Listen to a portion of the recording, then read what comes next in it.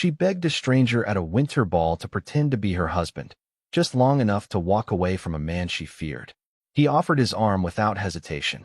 What she didn't know, the man beside her was the most powerful duke in the country, and neither of them was pretending for very long. The candles had been burning for 3 hours, and Charlotte Whitmore was running out of time. She stood near the far arch of the assembly rooms, her ivory gloves pressed flat against her skirts, watching Mr. Gerald Blackwood make his way across the ballroom with the slow, deliberate confidence of a man who believed the evening already belonged to him. She had heard the whisper not 20 minutes ago, passed to her by Mrs. Fenwick, who had heard it from Lady Hartwell, who had apparently heard it directly from Blackwood's own solicitor. Gerald Blackwood intended to announce a courtship tonight, publicly, in front of half of Bath's winter society. Charlotte's stomach turned. A public announcement was not a proposal. It was a trap. Once spoken aloud in a room full of witnesses, a refusal would become a scandal. Her name would be attached to gossip for the rest of the season and the season after that.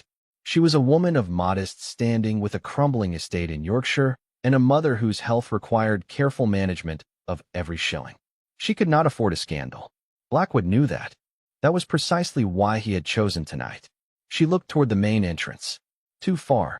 He would reach her before she cleared the crowd. She looked toward her aunt, Eleanor, who was deep in conversation near the fireplace and had not yet noticed the approaching situation. She looked toward the gallery above, the quieter upper corridor that ran along the ballroom's edge, and spotted a gentleman standing there alone. He was tall, dark coat, simply cut, but unmistakably fine. One hand rested on the carved balustrade while he observed the room below with the unhurried expression of a man entirely unbothered by the noise and performance of it all. He was not speaking to anyone. He was not looking for anyone. He simply stood there, self-contained and still, as though the entire ball was a painting he was mildly considering. Charlotte climbed the gallery steps. She did not have a plan. She had a problem in approximately 45 seconds. She crossed the gallery corridor quickly, smoothed her expression, and stopped beside the gentleman. "Sir," she said quietly, keeping her voice low beneath the orchestra's swell below. "I must beg your pardon for the intrusion." He turned. His eyes were dark gray and calm, the kind of calm that came not from indifference, but from having long since stopped being surprised by anything. "You are not intruding," he said simply. Charlotte glanced over the balustrade. Blackwood had paused near the punch table, scanning the room. He had not spotted her yet, but he would. She turned back to the gentleman and said the words before she could think better of them. "Would you be willing, just for a moment, to pretend to be my husband?" A long beat of silence. The gentleman looked at her with those gray eyes, steady and unreadable. He did not look alarmed. He did not look amused. He looked, if anything, thoughtful, as though she had asked him a reasonable question that simply required a reasonable answer. "Is there a reason behind the request?" he asked, "or shall I simply accept it on faith?" "There is a reason," Charlotte said. "A gentleman downstairs intends to make a public announcement this evening that I have not agreed to and do not want. If I am already spoken for, he has no ground to stand on. I only need a moment, just long enough for him to understand the situation." The gentleman looked briefly over the balustrade, then back at her. The man in the brown coat near the punch table. Charlotte blinked. "You noticed him? He has been watching the room like a man waiting for an opportunity," the gentleman said. "I noticed him some time ago." He straightened from the balustrade, offered her his arm, and said with complete composure, "Then shall we go down?" Charlotte took his arm before she could second-guess herself. They descended the gallery stairs together and had barely reached the main floor when Blackwood turned and found them. His expression shifted. Something flickered behind his eyes, quickly masked by a thin smile. "Miss Whitmore," he said, moving toward them. "I had hoped to find you this evening." "How kind," Charlotte said. Her voice was steadier than she expected. "And this gentleman?" Blackwood's gaze moved to her companion. "My husband," Charlotte said. The word landed like a stone in still water. Blackwood stared. The gentleman at her side did not hesitate. He inclined his head with the ease of a man performing a greeting he had made 1,000 times and said, pleasantly, "Gerald Blackwood." "Yes, I have heard the name." Something about the way he said it, quiet, unhurried, with just the faintest weight behind the words, made Blackwood take the smallest step back. The conversation ended shortly after. Blackwood offered a stiff bow, said something about enjoying the rest of the evening, and withdrew. When he was gone, Charlotte exhaled slowly and turned to the man beside her. "I cannot thank you enough, sir. You were remarkably," she paused. A woman nearby had gone quite still. Then another. A ripple of attention moving through the nearest cluster of guests like wind through grass. Charlotte heard someone behind her say a name in a low, stunned voice. "Ashford." She turned back to the gentleman. "Duke Henry Ashford," murmured the woman nearest to them, behind her fan. The gentleman, the Duke, glanced at Charlotte with that same unhurried calm. "I perhaps should have mentioned," he said quietly, "that I am not entirely unknown in these rooms." Charlotte had hoped, with some optimism, that the matter would dissolve quietly. She had hoped that the guests at the Bath Assembly Rooms were discreet people who understood that what happened at a winter charity ball was best left at a winter charity ball. She had hoped that the story, a brief exchange near the punch table, a gentleman offering his arm, a name spoken once, would simply fade into the general noise of the season. By the second morning after returning to her aunt's townhouse in London, she received 4 letters. By the third morning, she received 7. The first 2 were from acquaintances she barely knew, women who had been at the ball and written with the particular breathless urgency of people who believed they were first with important news. They asked if it was true. They offered congratulations wrapped in questions. They hoped, they said, that she would confirm or deny at her earliest convenience, as they had heard varying accounts and wished to be accurate in what they shared with others. Charlotte set those letters aside. The third letter was more troubling. It came from Mrs. Portman, a woman with connections across 3 counties and a reputation for speaking freely at every dinner table she sat at. Mrs. Portman had apparently already told several people that the Duke of Ashford had been secretly married for some months, which explained, she wrote confidently, why he had been so absent from the last season's entertainments. Charlotte read that line twice. She pressed her fingers to her temples and sat very still at her writing desk. Her Aunt Eleanor appeared in the doorway with a cup of tea and an expression that suggested she had also received correspondence that morning. "There is a letter," Eleanor said carefully, setting the tea down, "from Lady Somerton." "What does she say?" "She says the Duke of Ashford's man of affairs has been making quiet inquiries." Eleanor paused. "Apparently the Duke himself is also receiving letters." Charlotte closed her eyes briefly. Of course he was. She had spent the carriage ride back from Bath alternating between relief and mild horror. Relief because Blackwood had retreated without making his announcement. Horror because she had involved a stranger, a duke, as it turned out, one of the most recognized men in English society, in a deception that had now apparently taken on a life entirely its own. She wrote to him that afternoon. The letter was careful and brief. She explained that she had not anticipated the extent of the attention the evening had drawn. She expressed her sincerest apologies for any inconvenience caused. She said that she was, of course, prepared to clarify the matter to anyone who asked directly, and that she hoped he would not be too greatly troubled by what had been an entirely impulsive and poorly considered plan on her part. She signed it, sealed it, and sent it before she changed her mind. His reply arrived the following morning, and it surprised her. His handwriting was clean and unhurried, the handwriting of a man who did not rush even his letters. He wrote that she need not apologize. He had, he said, made the decision to assist her of his own free will and accepted the consequences of that decision as his own. He then made an observation that stopped her mid-sentence. Denying the rumor outright at this moment, he wrote, may cause more damage than allowing it to settle. A sudden denial draws precisely the kind of attention we would both prefer to avoid. Society has a particular talent for turning a correction into a larger story than the original error. Charlotte read that paragraph 3 times. He was right. She knew he was right the moment she read it.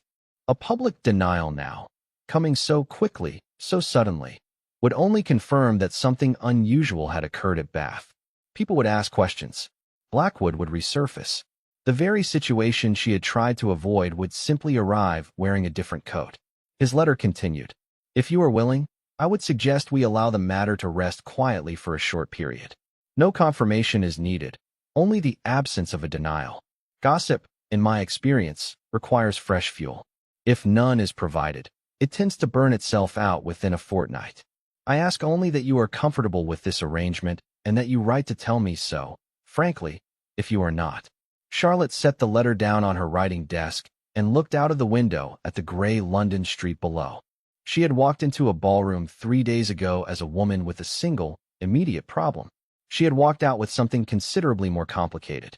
And yet, she picked up the letter again and read his final paragraph. There was nothing in his tone that felt manipulative or presumptuous. He was not directing her. He was offering a suggestion and asking, genuinely, whether she agreed. That was a thing she had not expected from a duke. She wrote back the same evening. She agreed with his reasoning. She was comfortable with the arrangement, provided it remained temporary. She added, with the kind of honesty she could not quite suppress, I confess I am more embarrassed by this situation than alarmed by it, which is perhaps a strange thing to admit to a man I met 4 days ago. But you seem, Your Grace, like someone who prefers plain speaking to performance, and so I will offer you mine. His reply came the next morning. It contained only one line beneath the formal opening. Plain speaking, Miss Whitmore, is considerably rarer than it should be. I find it entirely refreshing. Meanwhile, in the drawing rooms and dining tables of Mayfair, the rumor had grown comfortable. People who had not been at Bath were now speaking of the matter as though they had witnessed it personally. The Duke of Ashford, it was said, had married quietly, a modest woman of good family, sensible and well-mannered, which suited his character entirely, said those who knew him, as he had never been the sort to make spectacle of his private affairs. Others said they had always suspected he would choose someone unexpected, someone outside the usual circle of families who had been pushing daughters toward him for years. There was, among certain drawing rooms, a note almost of satisfaction in this, as though the Duke had done something quietly rebellious and good for him. Blackwood heard the rumors too.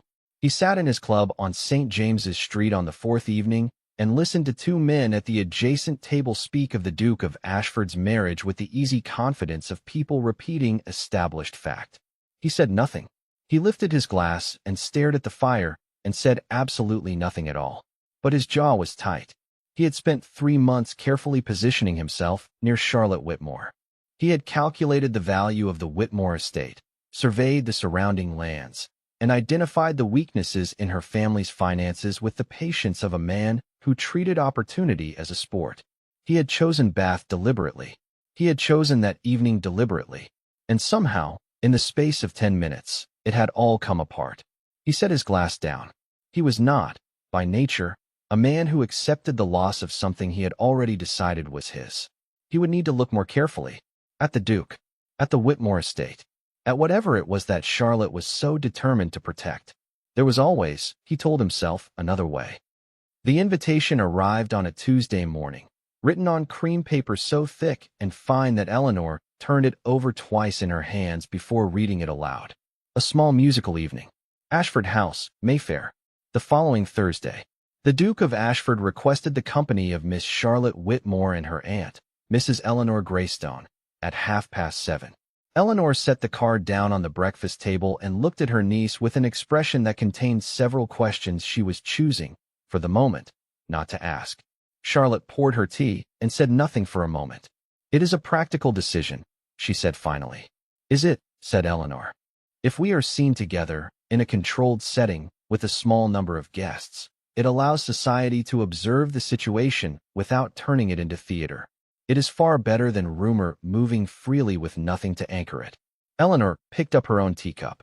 And you determined all of that from an invitation card. He mentioned it in his last letter, Charlotte admitted. He said he thought a quiet gathering might be useful. He was very clear that it was my choice entirely. Eleanor looked at her for a long moment. Then she set her cup down and said, simply, Then I suppose we are going to Mayfair on Thursday. Ashford House was everything Charlotte had expected and nothing like what she had imagined. She had expected grandeur, and grandeur was certainly present. The entrance hall was marble-floored and high-ceilinged, lit by a chandelier that scattered light across the walls like scattered coins. The staircase curved upward with the quiet authority of a building that had stood for a very long time and intended to go on standing. But the rooms themselves, as they were led through to the drawing room where the evening had gathered, were not cold. The furniture was well chosen rather than merely expensive. There were books on actual side tables, not decorative arrangements, but read books, with worn spines and occasional slips of paper tucked between pages. A fire burned generously in the grate. The flowers on the mantelpiece were seasonal and simple. It was the home of a man who lived in it. That surprised her more than the chandelier had. There were perhaps 20 guests, a deliberately modest number, Charlotte noted. Enough to constitute society's notice, not so many as to create an audience. She recognized a few faces, Lord and Lady Pembridge, old family acquaintances of some standing. A retired colonel whose name she could not immediately recall. Two sisters from a Wiltshire family who had been at Bath. Henry received them at the drawing-room entrance. He was dressed plainly by ducal standards, dark coat, simply cut, white cravat without ornament. He looked, Charlotte thought, exactly the same as he had at the Bath assembly rooms. As though formality were something he wore lightly, the way other men wore their best coats only on Sundays. He greeted Eleanor first, which Charlotte noticed and appreciated. Then he turned to her. "Miss Whitmore," he said, "I am glad you came." "Thank you for the invitation, Your Grace," she said. "Your home is very beautiful." "It is a great deal of house for one person," he replied, and there was something so matter-of-fact in the way he said it. Not self-pitying, not performing modesty, simply stating a thing that was true, that Charlotte found herself smiling before she had decided to. Eleanor was smoothly collected by Lady Pembridge within minutes, which Charlotte suspected was not entirely accidental. The musical entertainment was a string quartet, arranged in the far corner of the drawing room with the particular understated confidence of musicians who knew they were good. The guests settled into chairs and sofas arranged in a loose half-circle. Charlotte found herself seated near the window, and Henry, after a brief circuit of the room attending to his guests, took the chair beside her with the ease of a man sitting in his own home. Which, of course, he was. The music began, something Italian, she thought, with a long, unhurried opening that asked nothing of the listener except attention. For several minutes neither of them spoke. The fire was warm. The quartet played beautifully. Outside, London went quietly about its winter business. Then Henry said, in a low voice that did not carry beyond her, "The woman in the green shawl, second from the left, has already looked at us 4 times. Charlotte kept her eyes on the musicians. "I noticed. Mrs. Alderton. She was at Bath. She appears to be confirming a theory." "She is," Charlotte said. "She will have told everyone she knows before she reaches home tonight." A pause. "Does that trouble you?" Charlotte considered it honestly. "Less than it did a week ago," she admitted. "You were right about the denial. I thought about it a great deal." "I thought about it a great deal as well," Henry said. "I do not enjoy situations I cannot control. This one requires a certain patience I do not naturally possess." Charlotte glanced at him. He did not look like a man who lacked patience. He looked, as he generally did, entirely composed. "You hide it well," she said. Something shifted at the corner of his mouth. Years of practice. The quartet moved into their second piece, something quicker, with a brightness that lifted the room slightly. A few guests leaned toward each other in quiet conversation. The atmosphere loosened. Charlotte found herself asking, without entirely planning to, "Did you know Mr. Blackwood before Bath?" Henry was quiet for a moment. "I know of him," he said. "He has attempted to acquire several properties in the last 2 years through channels that were technically lawful, but not particularly honest. He is the sort of man who mistakes persistence for entitlement." Charlotte absorbed that. "He has been pursuing my family's estate," she said. "Or rather, the lands adjacent to it. He has made offers my mother has declined twice. I believe he thought," she stopped, "that removing you from the equation would simplify matters," Henry said quietly. It was not a question. Charlotte looked at her hands for a moment. "Yes." Henry said nothing immediately. When he spoke again his voice was even, but there was something beneath it, something carefully level in the way a man speaks when he is choosing his words with more care than usual. "Then it was fortunate," he said, "that you happened to look up at the gallery that evening." Charlotte looked at him. He was watching the quartet, his expression composed and unreadable as always. But there it was again, that faint quality at the corner of his mouth that was not quite a smile and not quite something else.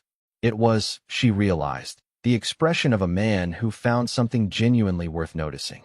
"Yes," she said, after a moment. "I suppose it was." The music played on. Across the room, Eleanor caught Charlotte's eye briefly and looked away with the practiced neutrality of a woman who had seen quite enough and was keeping it entirely to herself. And Mrs. Alderton, in her green shawl, looked over for the 5th time. Yorkshire in December had a particular kind of cold that Charlotte had grown up with and never quite gotten used to. It came in off the moors with no warning and no apology, settling into the stones of the house, creeping under doors, finding every gap in every window frame with quiet determination. The fireplaces at Whitmore Manor burned constantly through winter, and still the upper corridors held a chill that no amount of coal could fully answer. Charlotte stood at the front window of the drawing room and watched Henry Ashford's carriage come up the lane. He had ridden ahead, as promised. The visit was framed, for the benefit of anyone paying attention, as a matter of land surveying. Henry had holdings in the neighboring county, and the road between them passed naturally through this part of Yorkshire. It was a plausible reason. Charlotte's mother, Margaret Whitmore, had accepted the explanation with the careful graciousness of a woman who understood more than she said and had chosen, for now, to say very little. The carriage stopped. Henry stepped out, looked up at the house with the same unhurried attention he gave everything, and Charlotte felt the odd, brief sensation of seeing her home through a stranger's eyes. Whitmore Manor was not Ashford House. It was old in the way that spoke of long habitation rather than grand design. The east wing had been extended a century ago and never quite matched the original stonework. The gardens were well kept in the areas closest to the house and increasingly wild beyond, because there was only so much the groundskeeper could manage alone. The roof above the library had been repaired last spring, and the repair had held, but only just. She went to meet him at the door. Her mother received Henry in the drawing room with the composed warmth of a woman who had once been very comfortable entertaining and had not forgotten how, even if circumstances had changed. She offered tea. She asked after his journey. She made no reference whatsoever to the Bath Assembly Rooms or the letters she had certainly received in the weeks since. Henry was, Charlotte observed, very good with her mother. He did not condescend. He did not perform excessive deference.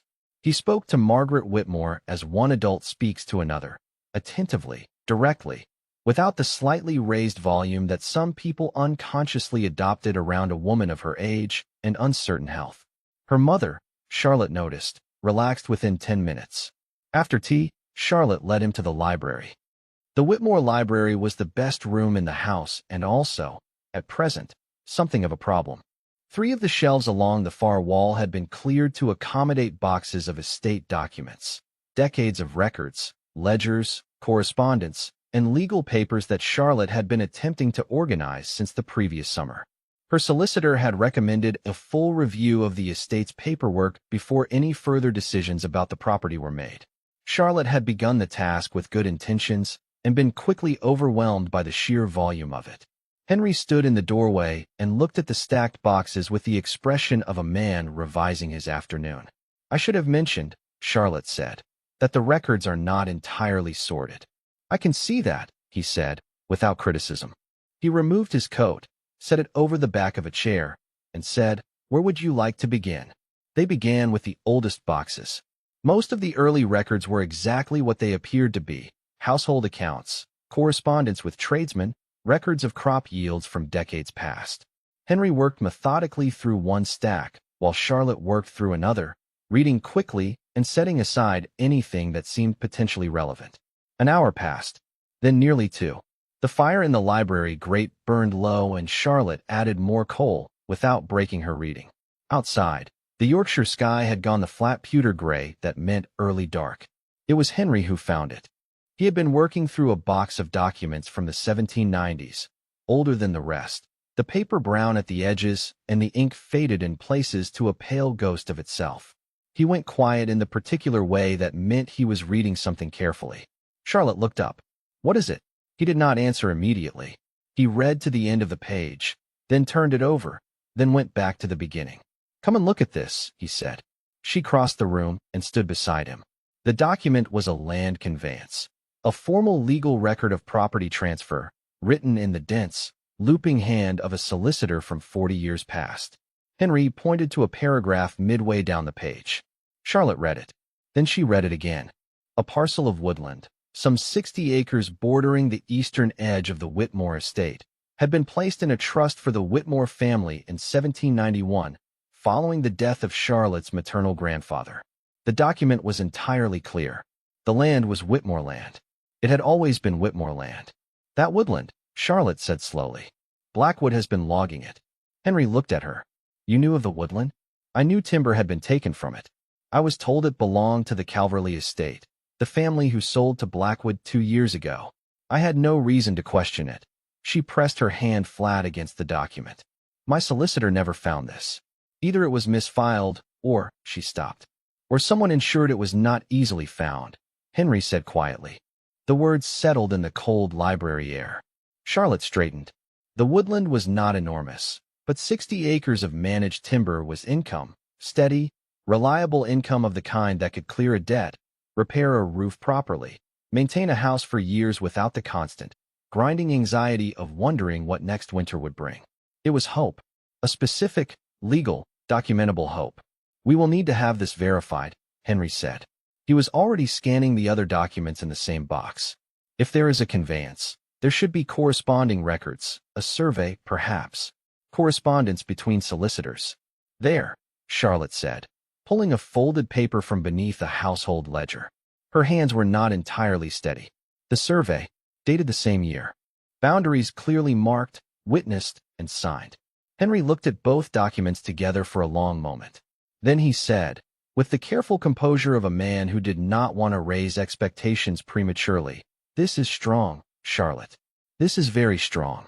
It was the first time he had used her given name. Neither of them acknowledged it.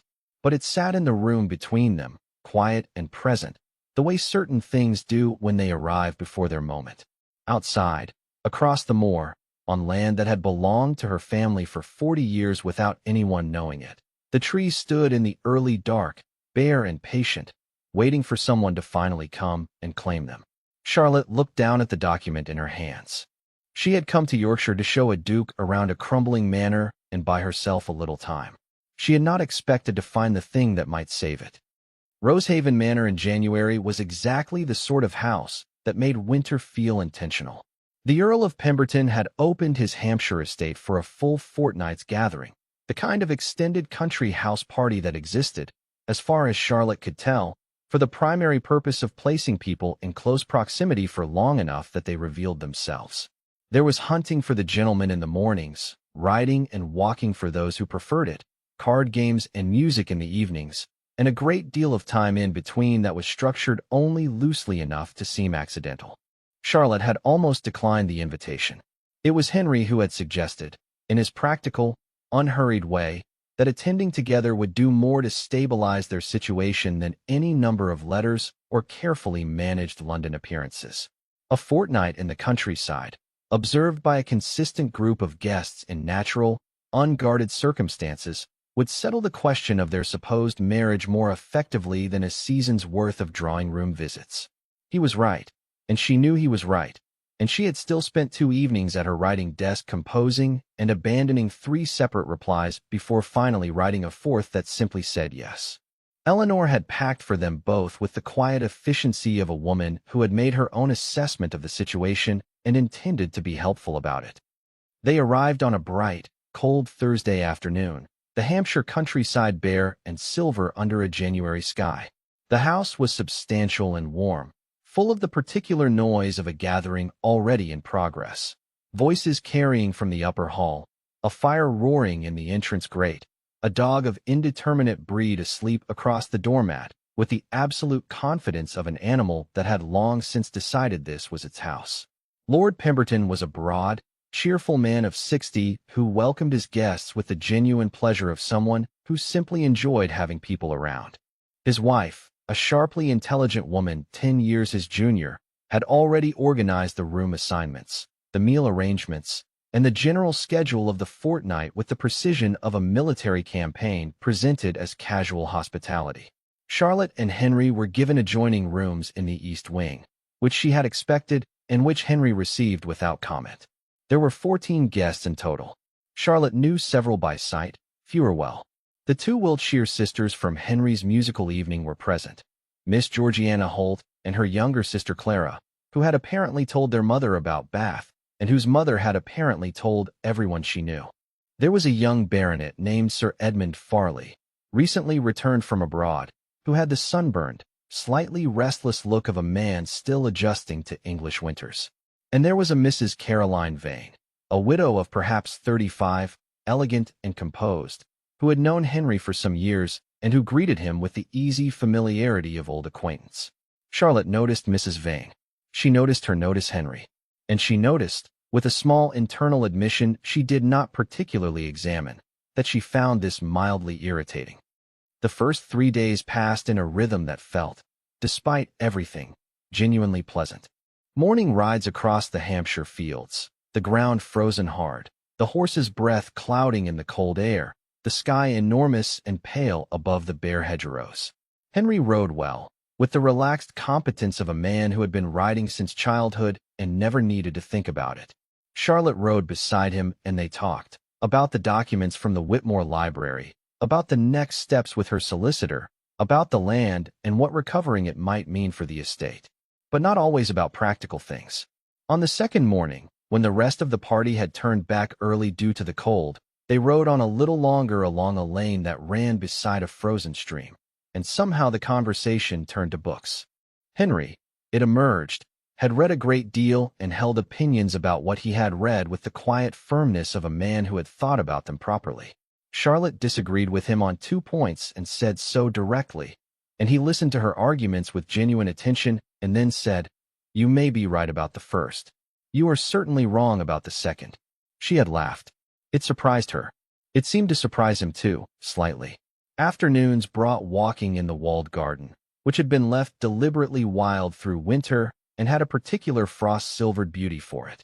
Card games appeared after dinner each evening, mostly whist, occasionally something livelier that the younger guests preferred. Henry was a good card player.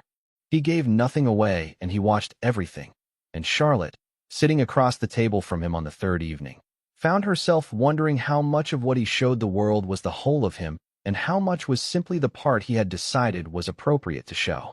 Mrs. Vane sat beside him at cards that evening and made him smile twice.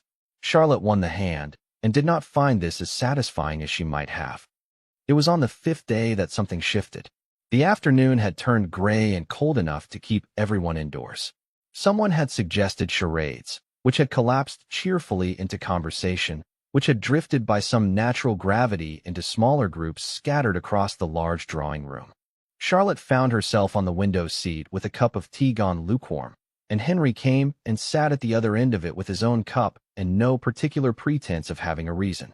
They sat in companionable quiet for a moment. Then Charlotte said, without looking at him directly, "Mrs. Vane seems very fond of you." A pause. "Caroline is an old friend," Henry said. "Her husband and I were at school together. He died 4 years ago." "I see," Charlotte said. Another pause. "She is not," Henry said, with a very slight deliberateness, "someone I have any intention beyond friendship toward." If that was the question beneath the question. Charlotte looked at her teacup. "I wasn't." "You were," he said, not unkindly. "And you are welcome to ask directly. I find I prefer it." She looked up at him then.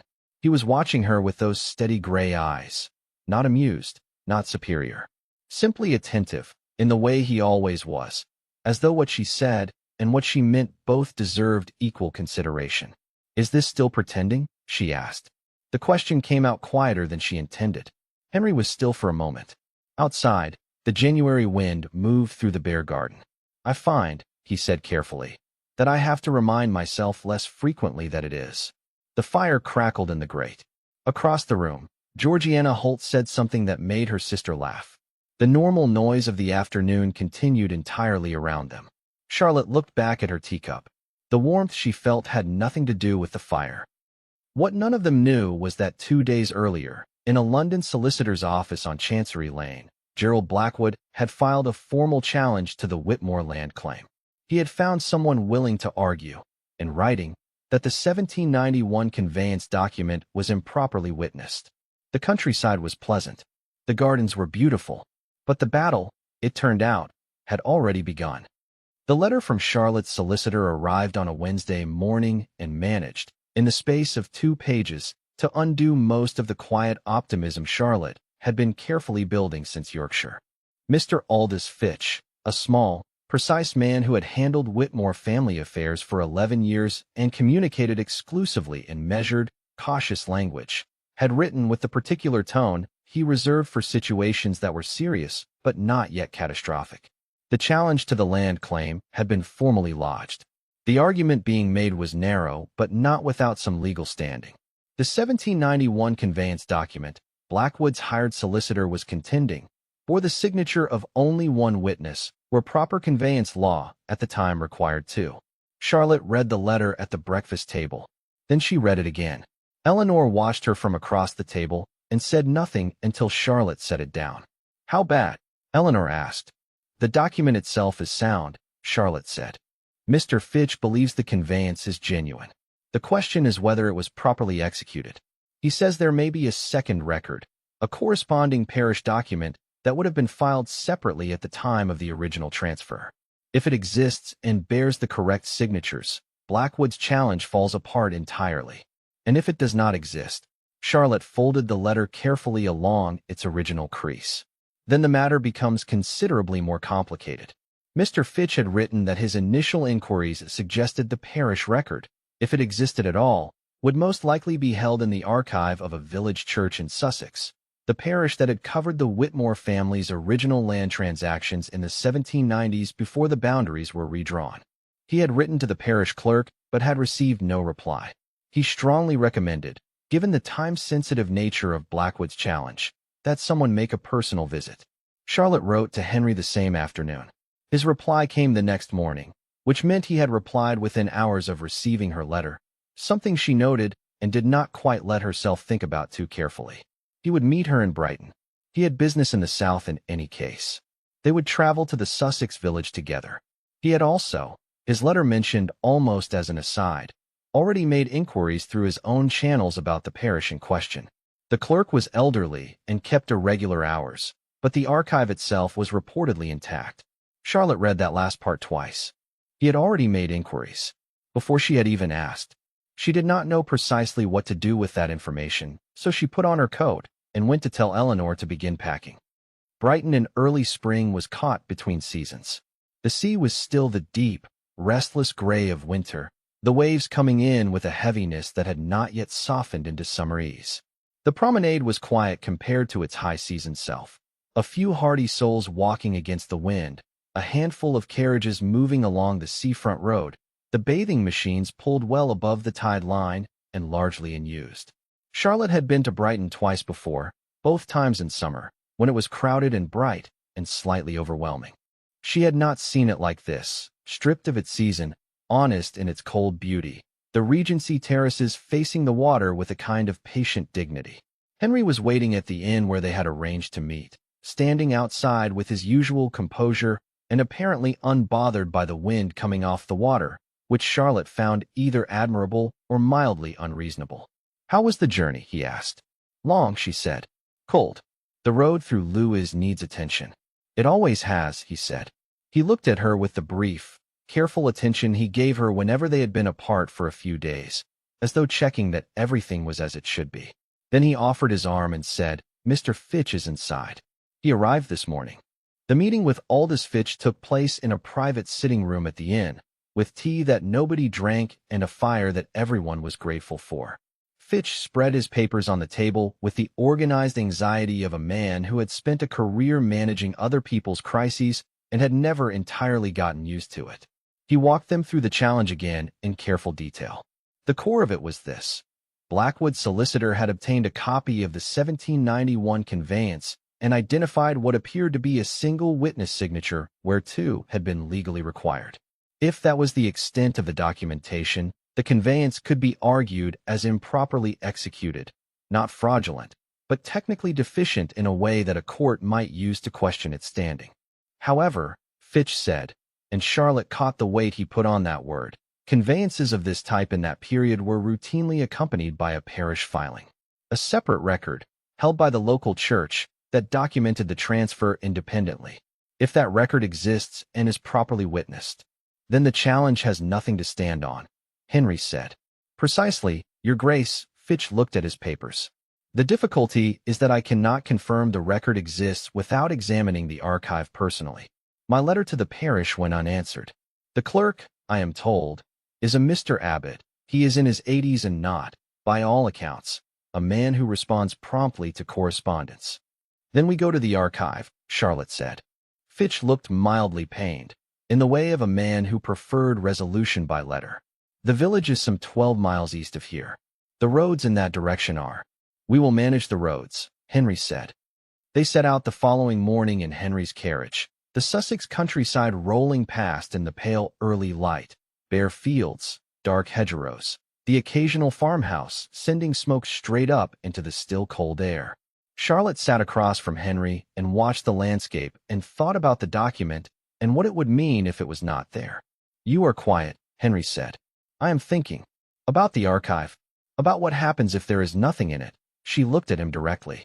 This land is the difference between the estate surviving and it not surviving. If Blackwood's challenge succeeds, the timber income is gone. The repairs cannot be made. My mother, she stopped.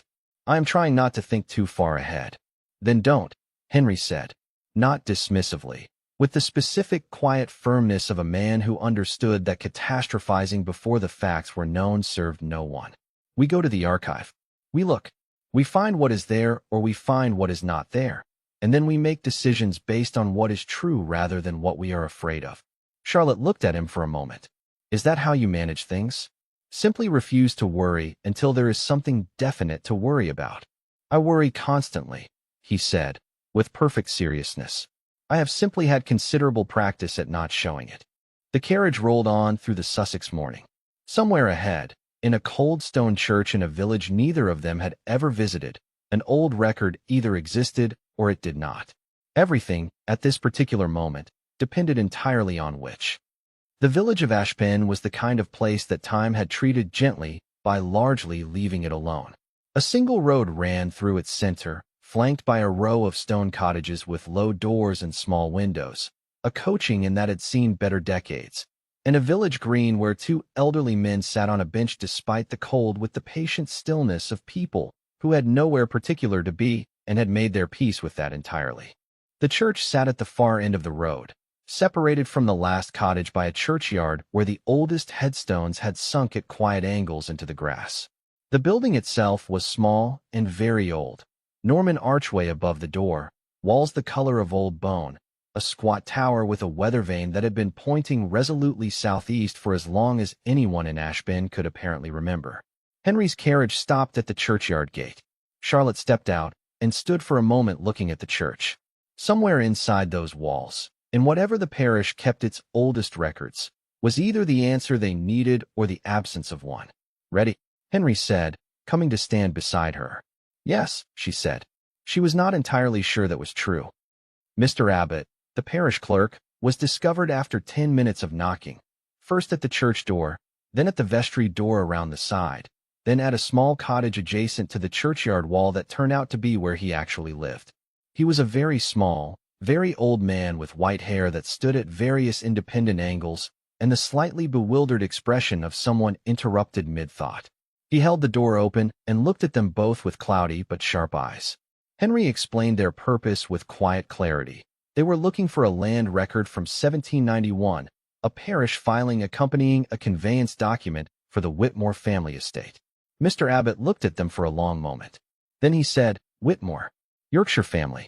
Grandfather was a Whitmore, grandmother was a Bassett. He looked at Charlotte. You'll be a Whitmore by the look of you. I am, Charlotte said, startled.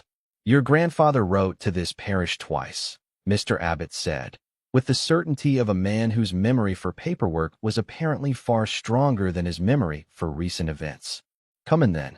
The archive was kept in the vestry, a cold stone room behind the main body of the church, shelved from floor to ceiling on 3 walls with boxes, bound ledgers, and bundles of documents tied with string that had once been red and had faded over decades to a pale dusty pink. The smell was paper and damp stone in time. Mr. Abbott navigated the room with the unhesitating confidence of a man who had spent 60 years in it and knew where everything was, which Charlotte found both remarkable and slightly humbling given the apparent disorder of the shelves.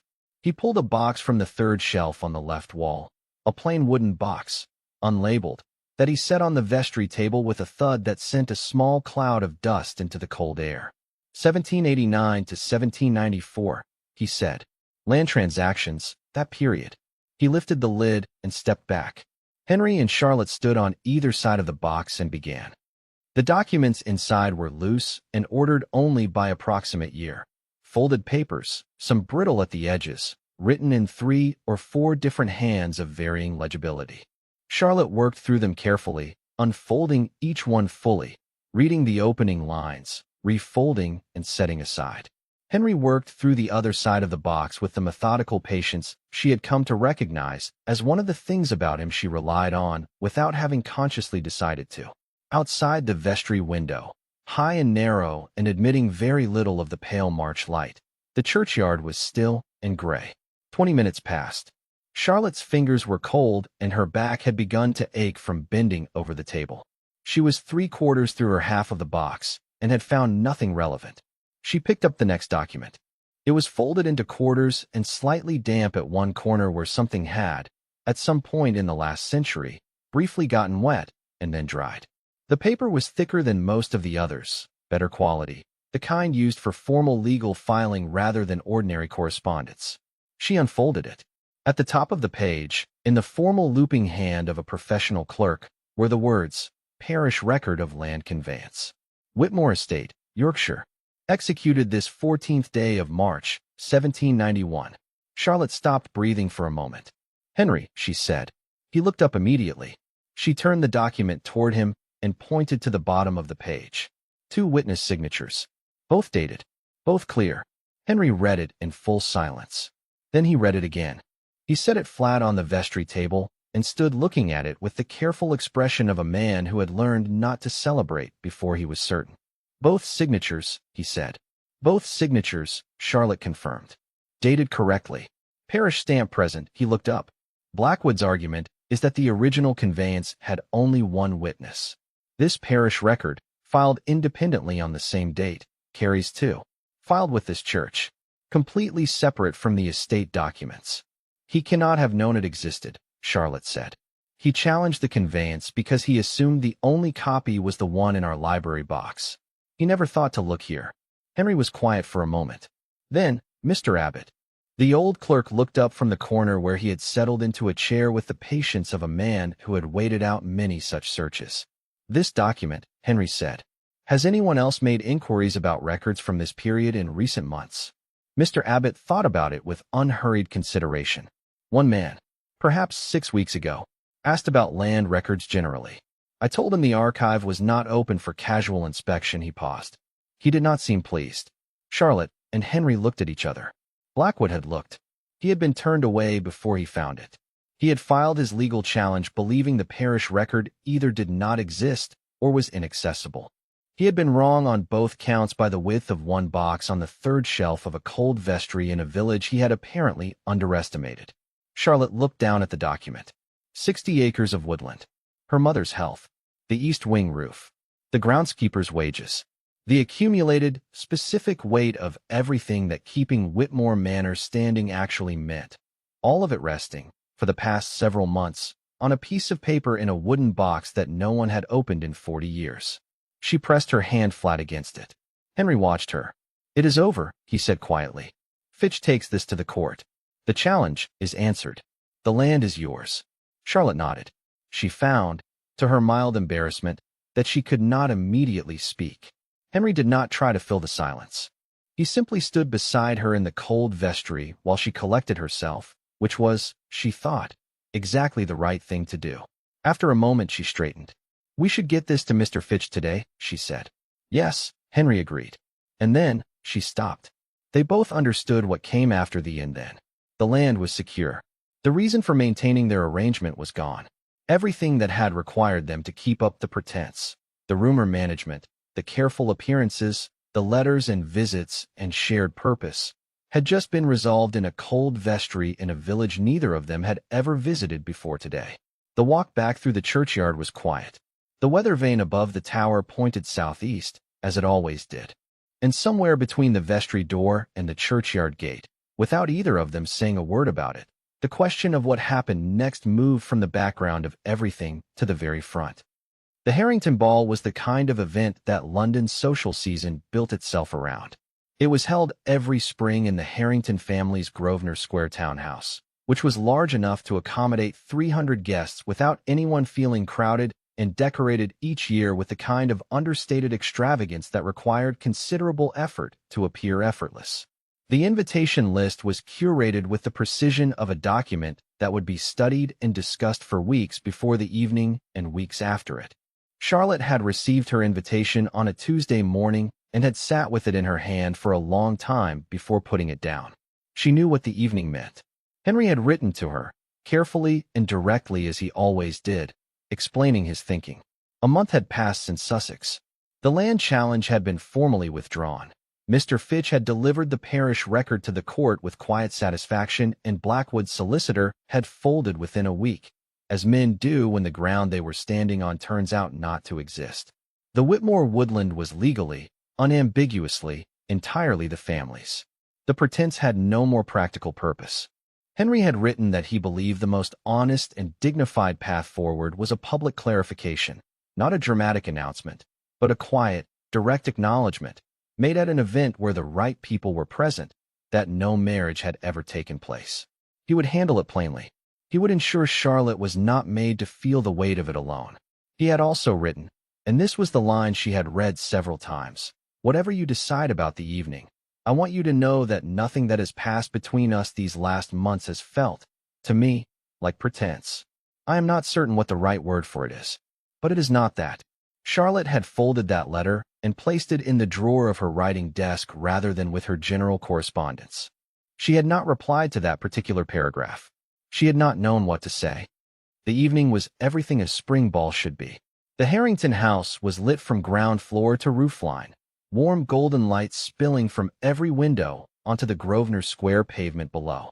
Inside, the ballroom had been dressed with early spring flowers, white and pale yellow, arranged with artful simplicity along the mantelpieces and window ledges.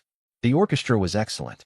The supper, from the brief glimpse Charlotte caught as guests moved through the connecting rooms, appeared to be magnificent.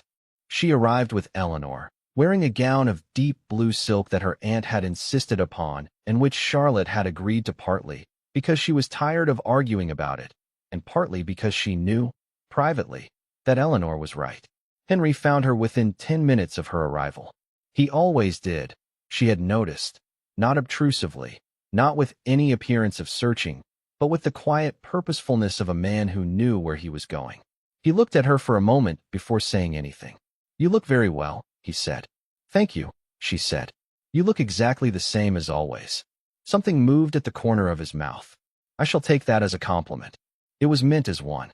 They stood together near the edge of the ballroom for a few minutes, talking quietly while the room filled and the music played and the elaborate machinery of a London season ball proceeded around them. It felt, Charlotte thought, remarkably like all the other evenings they had spent together over the past months. Comfortable in a way that had nothing to do with pretense and everything to do with the fact that she had, somewhere between Bath and Brighton and a cold vestry in Sussex, become genuinely accustomed to this man's company, which made what was coming rather more difficult than she had anticipated. Henry chose his moment with the careful timing she had come to expect from him. It was between dances, when the room was briefly in motion, guests moving between partners, conversations reforming, the general pleasant noise of an evening at its height. He spoke first to Lord Pembridge, who was standing nearby with 2 other gentlemen of similar standing, in a voice pitched low but clearly audible to those immediately around them. He said, simply, that he wished to correct a misunderstanding that had circulated since the winter. No marriage had taken place. A misidentification at the Bath Assembly Rooms in December had led to an erroneous rumor, which he had allowed to stand too long before addressing. He apologized for any confusion and considered the matter now corrected. That was all. No elaborate explanation. No casting of blame. No performance. Lord Pembridge received it with the dignified calm of a man who had heard stranger things in his long acquaintance with society and found this particular revelation entirely manageable. Charlotte stood beside Henry and kept her expression composed and her chin level. The ripple moved through the nearest guests with the speed such things always travel. She heard it, the shift in the room's undertone, the slight change in the quality of attention being paid to the corner where they stood. She felt eyes move toward her. She had expected the familiar cold weight of social judgment, the careful reevaluation, the slight but perceptible withdrawal that accompanied a woman whose story had turned out to be more complicated than expected. Instead, Lady Pemberton, a woman whose opinion carried considerable weight in these rooms, crossed toward them with the direct intention of someone who had decided something and was acting on it. She took Charlotte's hand in both of hers and said, clearly enough to be heard by several people around them, "My dear, your honesty does you tremendous credit, as it always has." 2 other women followed her lead within minutes. Charlotte understood, with a surprised and genuine relief she had not allowed herself to anticipate, that the room was not turning against her. The world, it seemed, had more grace in it tonight than she had given it credit for. The evening continued. Charlotte danced twice. Once with Sir Edmund Farley, who was perfectly pleasant, and once with a young man she did not know who danced with great enthusiasm and middling skill. She talked. She smiled. She ate supper and found that she was actually hungry, which she took as a sign that the tension she had been carrying for a month had, somewhere between Lady Pemberton's 2-handed grip and the second dance, quietly released. She did not see Henry again until late in the evening. He found her near the window that overlooked the square below, the same instinct for the quieter edges of a room that she had noticed in him from the very first evening in Bath. "It went well," she said. "Better than I expected," he admitted. Charlotte looked out at the square. The gas lamps along the pavement cast their warm, unsteady light on the cobblestones below. Spring had arrived in London quietly, the way it always did, not announcing itself, but simply appearing one morning in the softness of the air and the first pale green on the park trees. "I shall go back to Yorkshire next week," she said. Henry was quiet. "The estate needs attention now that the land matter is settled. My mother is well, but she is better with me nearby. And she paused. "It is home." Henry looked at the square below them. "Yes," he said, just the one word. But the way he said it, with a quietness that was not agreement, but something less comfortable and more honest, stayed with her. Eleanor appeared at her elbow 20 minutes later with her wrap and the expression of a woman who had watched the entire evening carefully and arrived at conclusions she was keeping, for now, entirely to herself. Charlotte took the wrap. She looked once more across the room, to where Henry stood in conversation near the far wall, composed, unhurried, exactly himself. She turned and walked with Eleanor toward the door. She did not look back. She told herself that was the right thing to do. She was not entirely certain she believed it. Spring came to Yorkshire the way it always did, slowly, and then all at once. For weeks the moors had held their winter color, that particular shade of gray-brown that was not quite dead but not yet living, the kind of landscape that asked patience of anyone looking at it. Then one morning Charlotte walked to the window of her bedroom, and the far field was green. Not suggestions of green, not the cautious pale color of something just beginning. Properly, fully green, as though the land had simply decided overnight that it had been patient long enough. She stood at the window for a long moment. Then she went downstairs, put on her coat, and walked out into the garden. The weeks since the Harrington ball had been genuinely good ones, and she had made herself acknowledge that honestly. The woodland land had been formally transferred back into the Whitmore estate records. Mr. Fitch had written with his version of enthusiasm, which was 2 paragraphs instead of his usual one, explaining that the timber rights alone would generate enough annual income to cover the east wing repairs within 3 years and maintain the property comfortably beyond that. The groundskeeper had already been out to survey what Blackwood's men had taken and what remained, and his report had been, for the first time in Charlotte's memory, cautiously optimistic. Her mother had color in her cheeks for the first time since autumn. The house itself seemed to breathe differently. Charlotte could not have explained that to anyone sensibly, but she felt it, the particular ease of a place no longer quietly bracing for the worst. She had written letters, managed accounts, walked the grounds in the early mornings, and reacquainted herself with the ordinary rhythms of the estate she had grown up in and very nearly lost.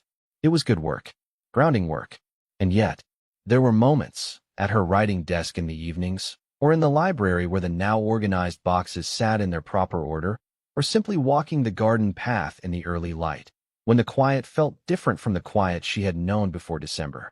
It had a shape to it now, a specific absence. She had received one letter from Henry since returning to Yorkshire.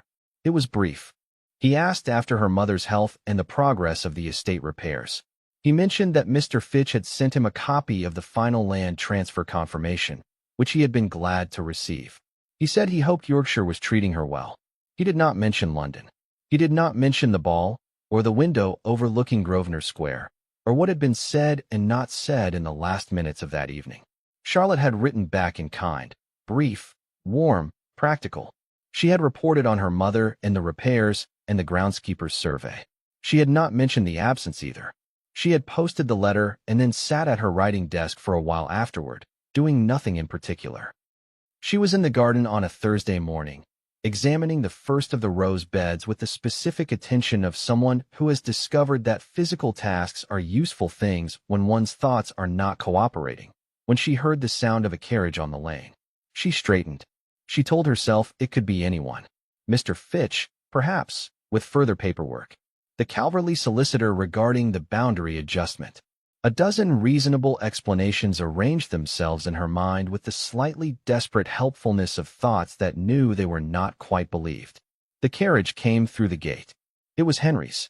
Charlotte stood in the garden with her gardening gloves on and a completely inadequate composure and watched the carriage stop. He stepped out. He looked, as he always did, exactly himself. Dark coat. No particular concession to the informality of the countryside, that characteristic stillness that she had first noticed in a Bath gallery in December and had not once stopped noticing since. He saw her immediately. He crossed the gravel toward the garden gate without hesitation. She pulled off her gardening gloves. "Your Grace," she said, which was ridiculous given everything, and she knew it the moment she said it. "Charlotte," he said, which rendered the "Your Grace" more ridiculous still. He stopped at the garden gate and looked at her across it for a moment. "I had intended," he said, "to write first. I composed 3 letters. They were all inadequate." "What was wrong with them?" she asked. "They were letters," he said simply. "And this is not a thing I want to say in a letter." Charlotte's heart did something she declined to examine too closely. Henry opened the garden gate and came through it, and they stood on the path between the rose beds in the Yorkshire spring morning, the more visible beyond the garden wall in its new green, the sky overhead a clear pale blue that felt like a beginning. "I came to Bath in December," he said, "because I dislike London in winter and because the assembly rooms there are generally tolerable. I stood on that gallery because I wanted a few minutes away from the noise. I had no particular expectations of the evening." Charlotte said nothing. She watched him. "Then a woman I had never met came and asked me to pretend to be her husband," he continued, "and I said yes before I had thought about it at all, which is not something I generally do. I have thought about why, since then, a considerable number of times. And," Charlotte said quietly, "I think I said yes," Henry said, "because something in the way you asked it, the directness of it, the complete absence of performance, was the most honest thing I had heard in a very long time. And I was curious about a person capable of that kind of honesty under pressure." He paused. "I am no longer curious," he said. "I have had months of evidence. I know exactly the kind of person you are." Charlotte's throat was tight in a way that had nothing to do with sorrow. "I am also aware," Henry said, with the careful deliberateness of a man who had thought about this and was determined to say it properly, "that everything that began in Bath began under false circumstances, that we have navigated a great deal of complication together, that you have had little reason, at various points, to trust that any of it was genuine." He looked at her steadily. "So, I want to be entirely clear," he said. "No rumor, no arrangement, no practical purpose to be served. I am standing in your garden in Yorkshire in the spring because I would very much like to stand in this garden and every other place for the rest of my life, and I would like you to be there." A bird somewhere in the garden wall was singing with the cheerful persistence of something that had decided today was a good day. Henry reached into his coat and produced a ring. Simple, a single oval stone, set in gold. The kind of ring chosen by someone who knew the person he was choosing it for. "Charlotte Whitmore," he said, "I am asking you, with no pretense and no complication, to marry me." Charlotte looked at the ring. then at him, then at the garden around them. The roses not yet bloomed but budded, the moor beyond the wall, the house her family had held for generations and nearly lost and kept. Yes, she said. The word came out simply and completely, the way true things often do. Henry's composure, that extraordinary, practiced, long-held composure, broke open into a smile. A real one, the kind she suspected very few people had ever seen. She thought it was probably the best thing she had seen in her entire life. He put the ring on her finger. His hands were warm. In the distance, faintly, the village church bells began to ring the hour. Neither of them moved for a long moment, standing in the garden of a house that had nearly been lost, in a life that had nearly gone in a very different direction, at the beginning of something that had started, improbably, with a stranger on a gallery and a question that should never have worked. It had worked. It had worked better than either of them could possibly have planned. The end.